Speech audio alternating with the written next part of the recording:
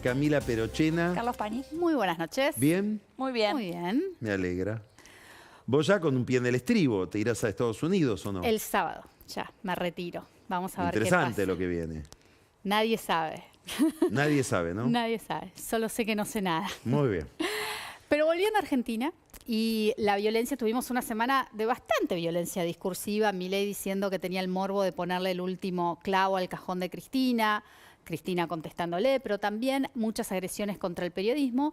Y esta semana, como vos bien dijiste, estuvo en Argentina el verdadero mago del Kremlin, Da Empoli, que escribió 2 libros, como vos dijiste, uno de ficción y otro de no ficción, que estudia muchos de estos fenómenos de derechas, que se llama Los ingenieros del caos.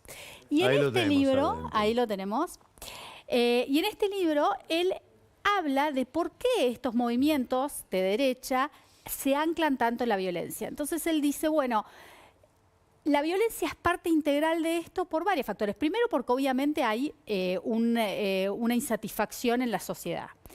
Pero después, porque las instituciones que canalizaban este enojo, esta ira, que era la iglesia, los partidos políticos, están muy desprestigiadas. Y además de eso se suman las redes sociales que, como ya sabemos, tienen algoritmos que gratifican la interacción. ¿Y cuáles son los sentimientos que más interacción generan? Bueno, el odio, el enojo, la ira, generan interacción positiva y negativa, pero todo eso es energía que hace que haya, a su vez, un círculo de cada vez mayor interacción. Pero lo interesante es que cuando le preguntan en la conferencia que dio la semana pasada, bueno, ¿cómo hacemos para contrabalancear esta violencia discursiva que hay? Él no fue muy optimista. Dijo, y yo no la veo, dijo, porque si vos la ignorás, estás de alguna manera legitimizándola. Y si te indignás, la potenciás. Yo pensaba mucho en el debate de Estados Unidos donde Donald Trump habló de que los inmigrantes haitianos estaban comiendo las mascotas. Todos nos indignamos, qué barbaridad, otros dijimos qué ridículo. Pero la verdad es que eso les sirvió para poner... Él quiere eso, que uno se indigne. Y puso en agenda el tema que es el más poderoso para él, el donde tiene la mayor ventaja con Kamala Harris, que es el tema migratorio. Y los tuvo a todos hablando de migración durante ese día hasta ahora, y hasta el martes seguramente nos vas a tener hablando de eso. Yo soy un poco más optimista que Da Empoli, porque creo que si mirás el caso de Trump o el caso de Bolsonaro, perdieron elecciones. Así que esto tampoco es imbatible. Es verdad que es lo dominante hoy en la forma de hacer política y campaña, pero tampoco es una cuestión imbatible. Y hay algunas cosas que funcionan mejor que otras para contestar a esta violencia. Por ejemplo.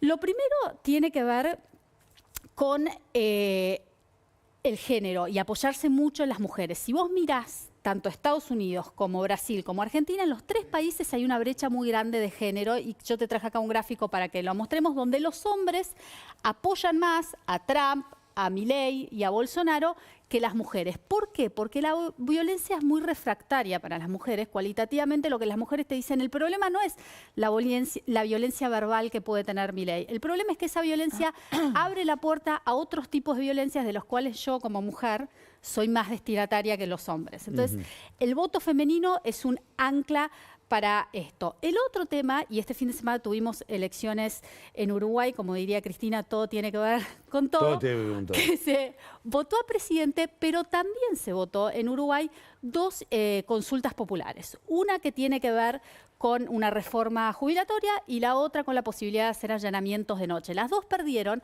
pero lo interesante, más allá de la idiosincrasia uruguaya, que es muy distinta, muchos calificaban la campaña uruguaya como aburrida. A diferencia de muchas de las campañas que tuvimos este año electoral, que fue de elecciones récord, que hubo mucha violencia, no hubo violencia, fue una campaña muy civilizada la de Uruguay. Bueno, en parte porque al tener estas consultas populares se discute no solo el carácter y la personalidad de los candidatos, sino que además el electorado está forzado a pensar y discutir. Concepto. Claro, un concepto, una política pública. Lo otro, y con esto te cierro, tiene que ver con personalizar esos ataques. No es lo mismo decir los inmigrantes son todos violadores, como dijo Trump, que cuando vos le pones una cara a eso. Y yo te traje acá un gráfico que es muy interesante del New York Times, que lo sacó hace unas semanas, donde le pregunta a los latinos en Estados Unidos, cuando Trump dice estas cosas de los latinos, ¿no? Cuando Donald Trump habla de los problemas con la inmigración, ¿está hablando de vos o está hablando de otras personas? Los hispanos nacidos en Estados Unidos, el 67% dice, no está hablando a mí, estará hablando de otros latinos, pero no de mí. Yo no soy Ese del que habla él.